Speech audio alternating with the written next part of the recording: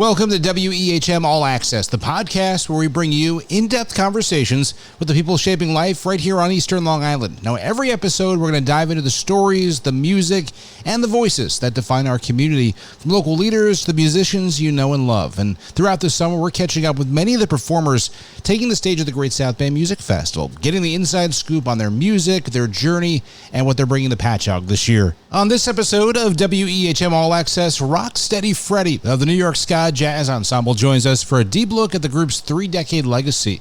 We talk about the origins of ska jazz, his years touring internationally, different collaborations along the way, including one with Sharon Jones, and what he's preparing for his first appearance at the Great South Bay Music Festival. It's WEHM All Access with Rocksteady Freddy from the New York Ska Jazz Ensemble.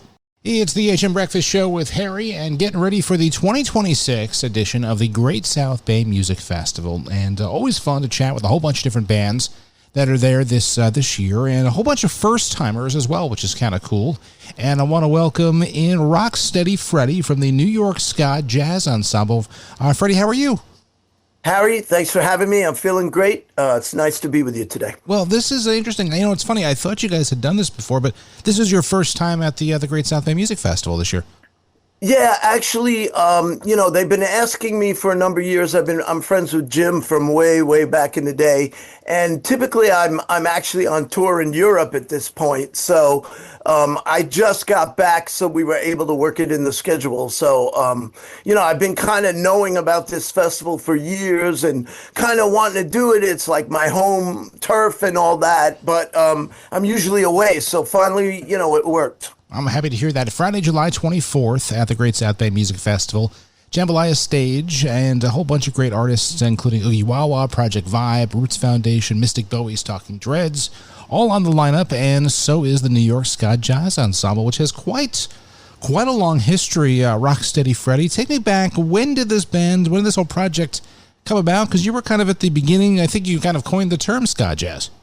Yeah, I'm actually the person that came up with that name. It's kind of funny to me because now they call it a genre and then they call other bands the style before I named it. So that's a little questionable. But regardless, we started the band back in 1994. I partnered with Rick Faulkner, a trombone player. And basically, we put the band together with this concept of melding ska and jazz, but it was definitely a different kind of concept than, let's say, the Scatolites or some of the other bands that were out there. It was more of a New York vibe. It had more rock, punk. We have more extended harmonies. We play faster tempos. It's not a Jamaican form. It's a New York form. How have you created 30 years is a long time. How have you kept it fresh over the years? Well, I've been lucky. I'm knock on wood. I built my real core audience in Europe. I've gone there over 80 times. So I've been over that ocean 160 times, bro. It's kind of an insane thing. And so I really built my core there. And then, for example, when we started doing really good in Spain, that led to Mexico. And then that started leading to South America. And so it kind of was like this diaspora where it spread. How do I keep it fresh? How to keep it? I'm a saxophone player, flute player, singer. I love music. As you well know, musicians, we just love to play. Anytime we get the chance to play, we're pretty happy. Particularly in Europe, I have I could play for 10,000 people. So we have some really serious fans there.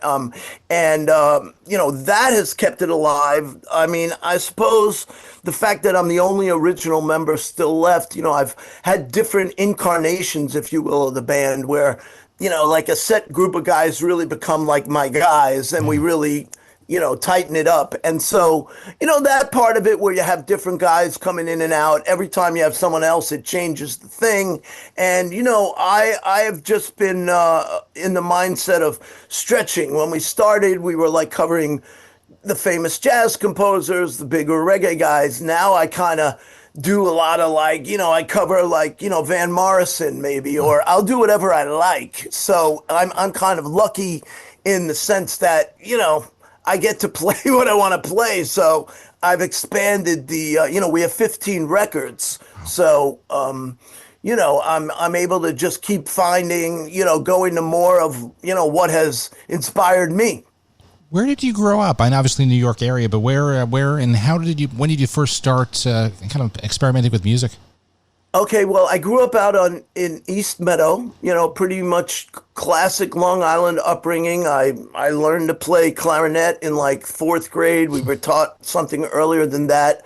I was very lucky to be in the East Meadow school system. We had great educators, Bill Katz, Mike Carubia, Rod Tibbetts. These guys were really like in it. And so a lot of great musicians came out of East Meadow. And that really was the seedling of the thing. When I went to college, I went to Princeton University, and I was lucky to pair up with guitar virtuoso Stanley Jordan, uh, who is like the known for the finger technique. I don't know if you're hip to Stanley, but anyway, we just played, and I got to play with Kenwood Denard, who used to play with Jocko, and it's been like this rebirth in a way now that I'm really back in New York because during COVID, I left to live in Boulder, Colorado for a couple of Oh years. gosh. So I came back about 2 years ago and have really inundated myself in the scene. So besides doing the New York Ska Jazz Ensemble, I'm doing a lot of cool freelancing. I'm playing with the drummer that used to play with James Brown. I'm playing with guys that play with Kool and the Gang. I'm getting to spread my wings a little bit. So that also makes my whole musician experience very interesting. Your music blends a whole bunch of different grooves together with jazz and a lot of improvisation. What's the key to kind of keeping that, I guess, fresh night after night? Because you've done this for 30 years. How do you decide when to improvise? How does that go for you? Well, I've always been a believer in, well, I'll tell you my concept. I've always been a believer in songs. So as much as I have improv in the show, I'm not one of these like take 20 choruses kind of guy. Yeah. So I believe in songs and I believe like, even if you have a solo, it should be singable. I really love melody.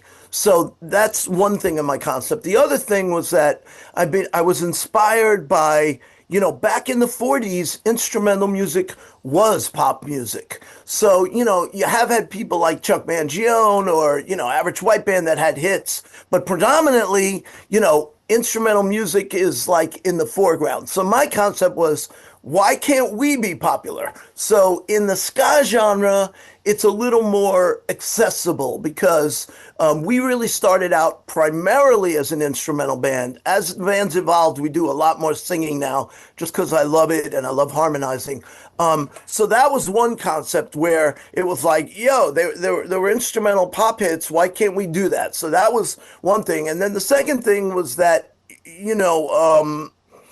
a lot of the jazz guys back in the day, they went to Europe to really get more respect, more money, just have a different quality of life. So I use that too, because at the time that the scene started imploding here in the later 90s, 2000s, I got to go to Europe and really built my fan base there. So I kept it going. I never stopped. I just played out of the country more than I played in the country, actually. What's it been like touring over Europe in different countries? What's the main difference that you've kind of surprised you when you first started playing overseas? Well, the point that I sort of alluded to is that like they love the music, I think, in maybe a deeper way than American fans do. American fans are great too, and a lot of people in the US love music, no doubt. There are great fans all over the world.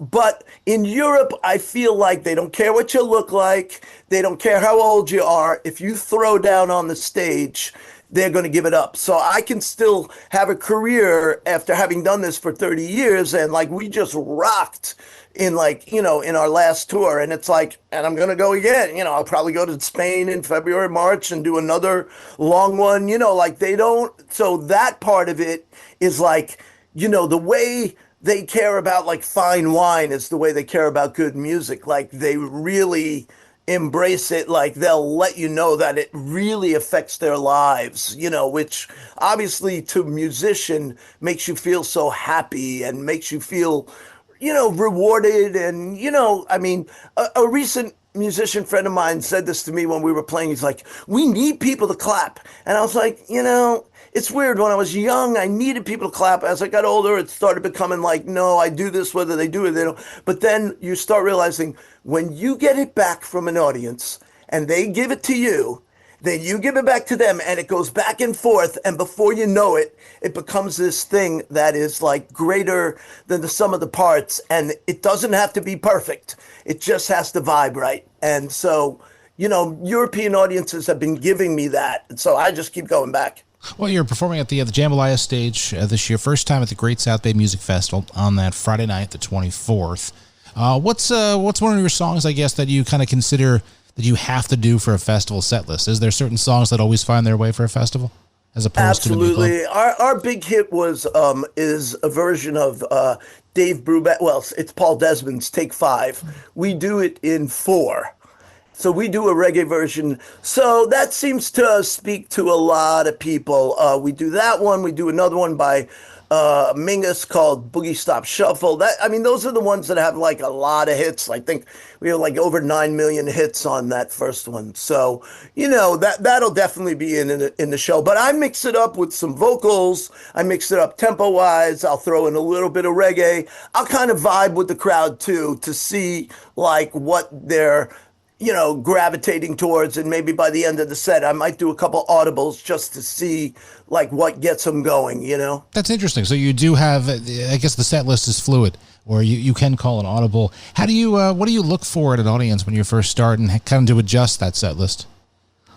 Well, I look to see like what they're vibing with. The thing about my band that's so cool is that like we could play for a punk rock young crowd and they could mosh, or we could play for a jazz club and they'll be sitting there and like eating their dinner, which, I prefer when people dance. The ska music and what I play and my vibe as a front man is I want people to go crazy, have a party. But, in whatever setting, I'm going to try to call the appropriate thing. I'm assuming at the Great South Bay, it'll be younger. They're going to want to go crazy. I'm going to go more towards the hyper thing and, the push thing. But like, if they don't vibe with it, I might just change it up there. It's like that. Last year you put out collaborations. I think I'm saying that right. Spanning different recordings from over the years, from '95 to I think 2022. What was interesting? How did you put that together? When you revisited those songs, how did you choose the artists that you wanted to get out there again? Great people like Sharon Jones, the late Sharon Jones, is a part of this. Right. How did you put this whole thing together?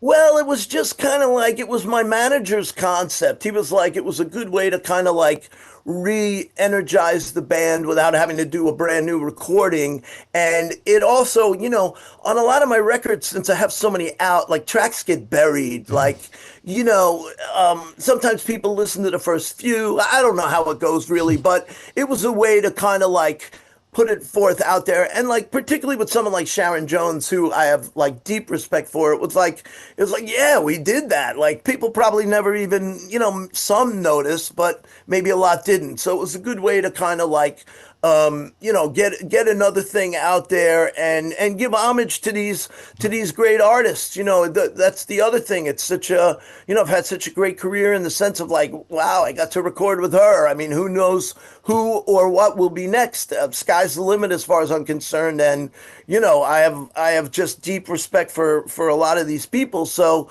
good to just push it out there a little bit more again. Was there a guest that kind of changed the direction of the song? You went in, looking back over these 30 years and different guests on songs, was there a certain song that kind of changed from where you expected to start it, kind of with that collaboration, kind of changed the direction of the song entirely?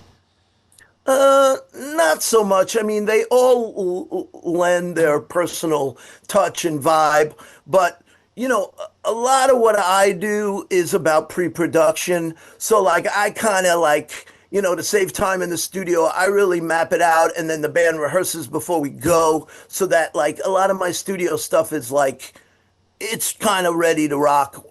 And so, of course people have where, they can do their thing. I'm not like that, but a lot of my concepts are kind of like worked out before we go. So it didn't really change.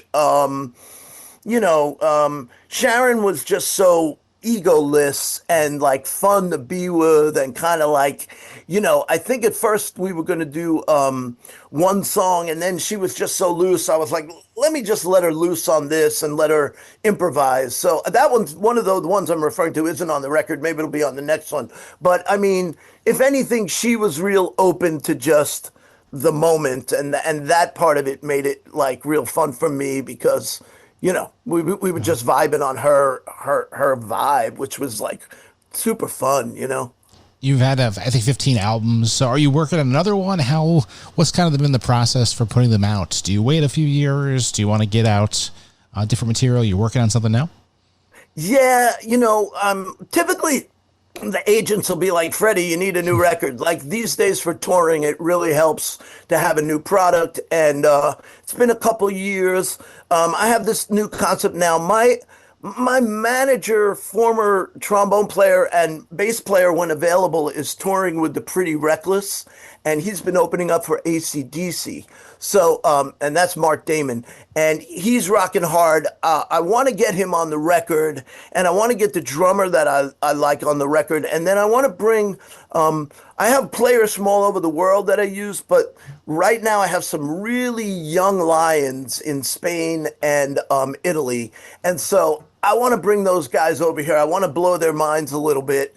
So I got to find like the time when I can coordinate those schedules. I'm hoping, within this year I'm going to do it.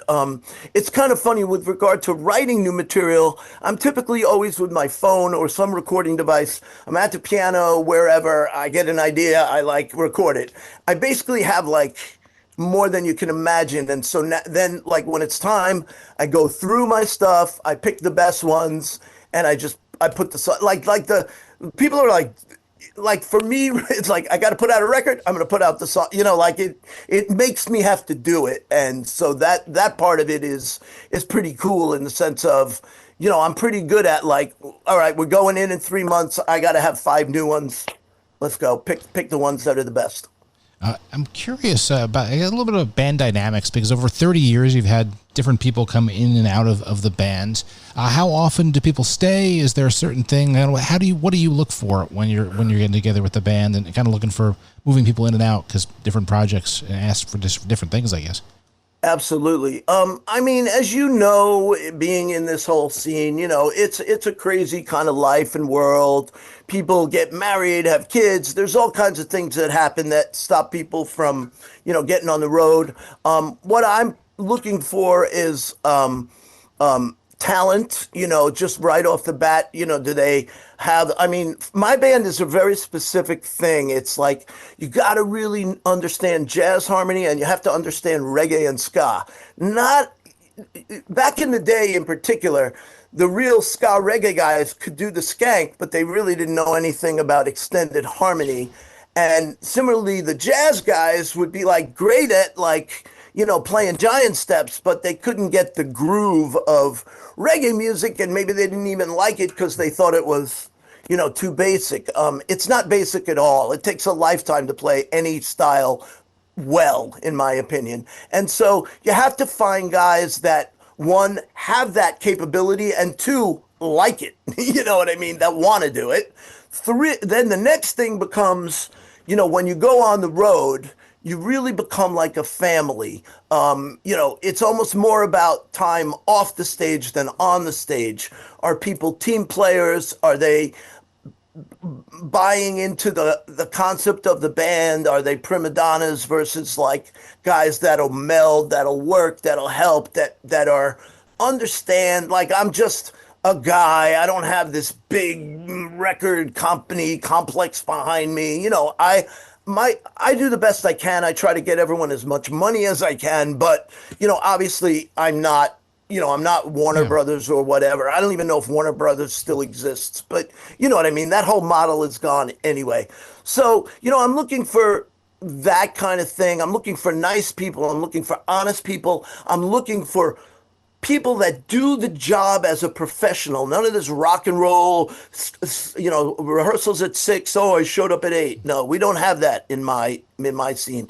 And I also don't want any hard drugs. None of that bullshit. I try to keep it relatively clean. I mean, we have our fun, of course, but I don't want any of that stuff in the van when we're traveling, in the bus, whatever. So, those kind of things really inform it. And then, of course, if I have, like you were asking, like my main drummer has been with me for like 20 years. Yeah. So, he needs to like the bass player. If he's not happy, then it's not going to go. So we have like sub units in the band: bass and drums, guitar, keys, horns, vocals on top.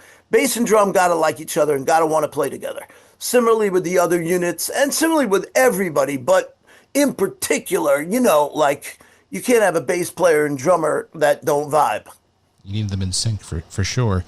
You guys are always experimenting, doing different things. You mentioned cover Van Morrison, for instance, earlier in different song and different artists. Is there a new direction that you're kind of excited to explore a little more with this group? I mean, I like to rock. The funny thing is, I'm a sax player. So as a sax player, you got to be jazz savvy, I practice jazz every day, but I don't go to jazz clubs as my main thing to play jazz, so I like to rock more. So I like exploring more like, rock artists and popular music, and the jazz is always going to be there, but I used to say we're the ska jazz band with a rock and roll mentality, because it's like it's like I said, I want everyone dancing, I want them engaged, I want to kick the crowd in the ass. So that's my, as the front guy, that's my impetus. And I'd be remiss if I didn't ask Rocksteady Freddy. We're chatting with him from the New York Ska Jazz Ensemble. They're performing Friday, July 24th, Jambalaya Stage, the Great South Bay Music Festival. How long have you had the nickname Rocksteady Freddy? I was given that nickname by Sammy of the Scofflaws. I used to play with the Scofflaws, another Long Island ska band. He's still kicking around. And one day he was like, Freddie, Rocksteady Freddy. And, I liked it. And, it was obviously, I love Rocksteady or Lovers Rock. And it just kind of fit. And, the way I am is I usually take something and I go with it. That makes sense. So I've had that nickname 20, 30 years.